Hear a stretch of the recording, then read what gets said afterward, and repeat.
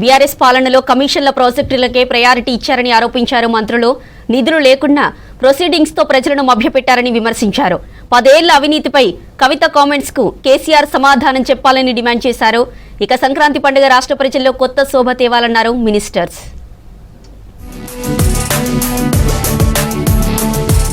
ఖమ్మం జిల్లా మధిర మున్సిపాలిటీ సమగ్ర అభివృద్ధి లక్ష్యంగా ప్రజాప్రభుత్వం ముందుకు సాగుతుందన్నారు డిప్యూటీ సీఎం బట్టి విక్రమార్క. 15 కోట్ల వ్యయంతో మధిరలో అభివృద్ధి పనులు చేపట్టినట్లు తెలిపారు. సంక్రాంతి పండుగ రాష్ట్ర ప్రజల్లో కొత్త శోభ తీసుకురావాలన్నారు. పండుగ శుభాకాంక్షలు తెలిపారు డిప్యూటీ సీఎం బట్టి విక్రమార్క.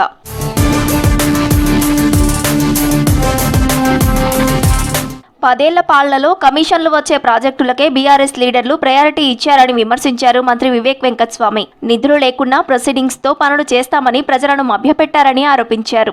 సింగరేణి భూముల్లో నిర్మించిన ఇళ్లకు పట్టాల విషయమై సీఎం రేవంత్ రెడ్డితో మాట్లాడతారని చెప్పారు. చెన్నూరు నియోజకవర్గంలో పర్యటించిన మంత్రి వివేక్ క్యాతనపల్లి పరిధిలో పలు అభివృద్ధి పనులకు శంకుస్థాపన చేశారు. టీఆర్ఎస్ ఎంపీ అన్న ఎమ్మెల్యే అన్న ఎప్పుడన్నా వచ్చిండా? 10 సంవత్సరాలు నన్ను అడిగిన వచ్చిండామా? ఎప్పుడన్నా ముఖం చూసిండ్రా? చూడలేదు. మొన్ననేమో నన్ను విమర్శిస్తున్నారు.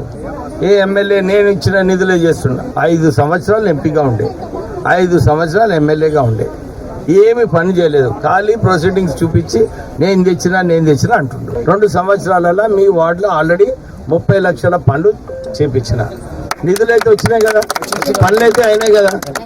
10 ఏళ్ల పాలనలో పాలమూరుకు కేసీఆర్ తీవ్ర అన్యాయం చేశారన్నారు మంత్రి కోమటిరెడ్డి వెంకటరెడ్డి. వరుస ఎన్నికల్లో ఓడిపోతున్న బీఆర్ఎస్ నేతలకు బుద్ధి రావడం లేదన్నారు. మహబూబ్ నగర్ జిల్లా బూత్పూర్లో పలు అభివృద్ధి కార్యక్రమాలకు మంత్రి వాకిటితో కలిసి శంకుస్థాపనలు చేశారు మంత్రి కోమటిరెడ్డి వెంకటరెడ్డి.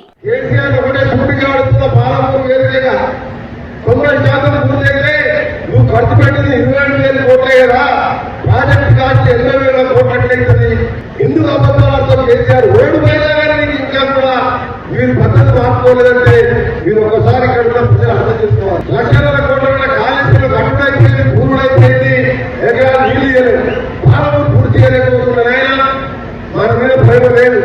ప్రకృతిలో పెరిగే మత్స్య సంపద ఆరోగ్యానికి ఎంతో మేలన్నారు మంత్రి పొన్నం ప్రభాకర్. చేప పిల్లలు, రొయ్యలు ఉపాధి అవకాశాలు మెరుగుపరచడానికి ఉపయోగపడతాయన్నారు. సిద్దిపేట జిల్లా కోహెడ మండలం శనిగరం చెరువులో రొయ్య పిల్లలను విడుదల చేశారు మంత్రి పొన్నం ప్రభాకర్. మత్స్య సంపదకు సంబంధించి, బీసీలకు సంబంధించి ఉపాధి కలిగేటువంటి ప్రతి అవకాశంలో లాభం చేయాలనే తలంపుతోనే ఉంది. తప్పకుండా ఆ దిశలో ప్రభుత్వ కార్యాచరణ ఉంటుంది. మొత్తం సిద్దిపేట జిల్లా కానీ కర్నూలు జిల్లా, ఉత్తర తెలంగాణ ఎక్కడైనా ప్రతి చెరువులో ప్రకటించిన విధంగా చేప పిల్లలు వేయాల్సిందే. అది బాధ్యత. ఇప్పటికీ ఆలస్యమే అంత బాగుండదు. హుస్నాబాద్ నియోజకవర్గానికి సంబంధించి ప్రతి చెరువులో చేప పిల్లలు, వీలైతే రొయ్య పిల్లలు వేసే విధంగా మనం పంపిణీ చేసుకుందాం. ప్రజాపాలనలో దేవాలయాల అభివృద్ధిపై స్పెషల్ ఫోకస్ పెట్టామన్నారు మంత్రి కొండా సురేఖ. ఐనవోలు మల్లన్న జాతర బ్రహ్మోత్సవాల సందర్భంగా స్వామివారిని దర్శించుకున్నారు. 3 రోజులు బ్రహ్మోత్సవాలను వైభవంగా నిర్వహిస్తున్నట్లు చెప్పారు. ఐనవోలు ఆలయ అభివృద్ధికి దేవాదాయ శాఖ నుంచి 2 కోట్లు కేటాయించినట్లు తెలిపారు మంత్రి కొండా సురేఖ.